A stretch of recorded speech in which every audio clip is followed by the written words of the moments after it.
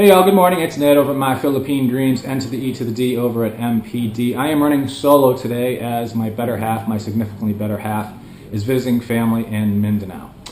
With that in mind, we're going to be talking about Ladyboys today. And this is a subject that sometimes offends some people's sensibilities and sense of righteousness and all that stuff. Try not to get too hung up on that. If you're coming to the Philippines, or if you've been to the Philippines, you'll understand that this is a huge part of the culture, which is kind of interesting. I use this as an example of the duality of the Philippines. That when I talk about my channel being My Philippine Dream, sometimes the perception that we have of certain things and sometimes the objective reality are two separate things. And ladyboys and gay people in general in the Philippines really is a great metaphor for that duality. For example, the Philippines is the only country in Southeast Asia that is Catholic. It's a conservative Catholic country. But when you look at the roles and the place that bayots, gays, ladyboys have in Filipino society compared to the advanced progressive West, it's completely different. They're much more accepted as a part of life here. They don't even look at it as a third gender or anything else. It's just an accepted part of life here, much more so than it is in the United States or some other countries where there's still a lot of prejudice, disdain, hatred, and sometimes worse things. So again, we're talking about the perception and the reality. This is a great metaphor. First up, we got to talk about the difference. We talk about sex, we talk about gender. Sex is objective, sex is biological. That's what you're born with. We have a penis or a vagina. Gender, however, is more conceptual. It's how the person views themselves, and it's a lot more subjective. So when we're looking at ladyboys, they're looking at themselves as women. They see themselves as women. They refer to themselves as she, and they expect other people to refer to them as she. They still have penises, they still have testes, and they still create testosterone, but they also take hormones to work that off. When you come to the Philippines, they're hard to spot, especially when you first get here. When you first get here, and if you're like, "Ooh, wow, look at her," and then somebody says that's a ladyboy, don't get all worried about it. Don't worry about your sexuality and all that.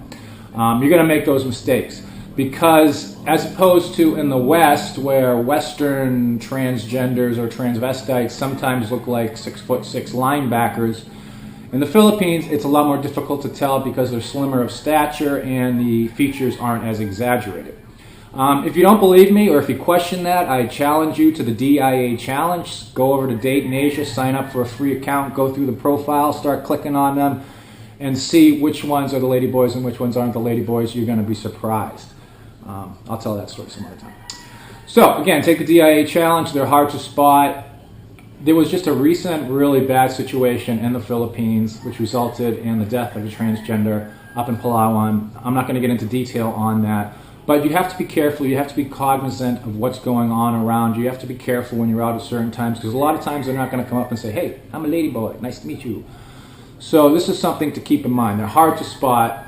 The Adam's apple, the hands, all that stuff is not so much easy to do here as it is in the West. What you want to look for, and this is, I can actually spot, I've only been here a couple of years, but I can spot ladyboys now about a mile away because of their exaggerated feminine manners. All right, the swaying of the hips, the way they talk, the hand movement, all that stuff. I hope I'm not offending any ladyboys. So you can use those mannerisms. It's like recognizing Koreans from a distance. I can do that as well too. I had a hard time at first, and I'm like, Korean, ladyboy. In the Philippines, they also take hormones. A lot of people here in the Philippines are very poor. This is a very poor country.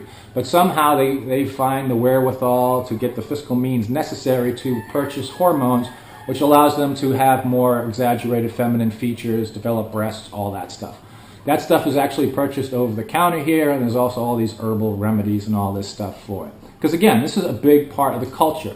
The stigma that we have in the West towards ladyboys, gays, effeminate boys, whatever you want to call them, does not exist here. It's accepted. And again, the duality on that, with this being such a conservative Catholic country, is pretty interesting. Also, don't forget that they're still men. They still have penises and testes, and they create testosterone. They're still strong. Sometimes guys get into trouble and can get robbed in some more heavily industrialized urban areas where ladyboys can sometimes prey upon foreigners looking for either women or ladyboys. So that's something to keep in mind. They're not weak, and they also can be very aggressive. In Cebu, for example, not so much around Dumaguete, because this is more of like a provincial little city, but in Cebu, they won't take no for an answer. They'll just keep on going after you and after you. It's just like the street kids up there, the beggars. Unfortunately, Cebu and the more urban areas have a lot harder edge. The final thing that you can that I carry away from this is you'll still be shocked when you get here and you'll hear a little kid, 6 years old, 7 years old, say, "I'm bayo, and I want to be a maid when I grow up, or I want to be a housekeeper, I want to own a hair salon." Again, the difference, when I first heard that, I was just like, and it was one of the kids that hangs around here. I was just like, oh my God, that's so bizarre, because that's not something I'm used to. Again, the cultural differences between the West and the East, they're huge sometimes, but they're not insurmountable. It's just, you have to adjust. Finally, I'm late to the bus getting on this Ladyboy thing. Mike over at My Philippine Journey, he published a video last week on Ladyboy he ran into at a bar, I believe. And Henry over at Life Beyond the Sea actually has, he's like the #1 video. He did an interview with a Ladyboy back in Bohol. This was like a couple of years ago.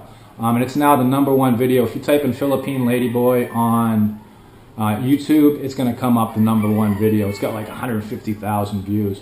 And you can see it's a 2-part interview that he did with a Ladyboy there. Henry even published a book. It's not in print right now. The copyright might have run out or something, but he had a book published on Amazon, and it was like Ladyboys in the Philippines, the Third Gender. I'm also going to put a link to an extensive article that he wrote.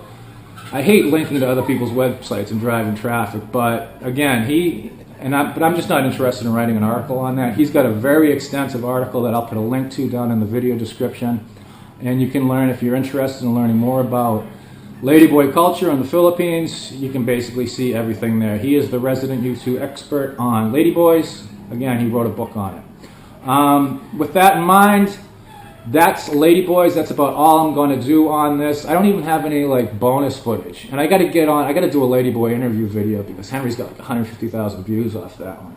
Again, I'm late to the boat. This is Ned over at My Philippine Dreams. We'll see you next time. Take care.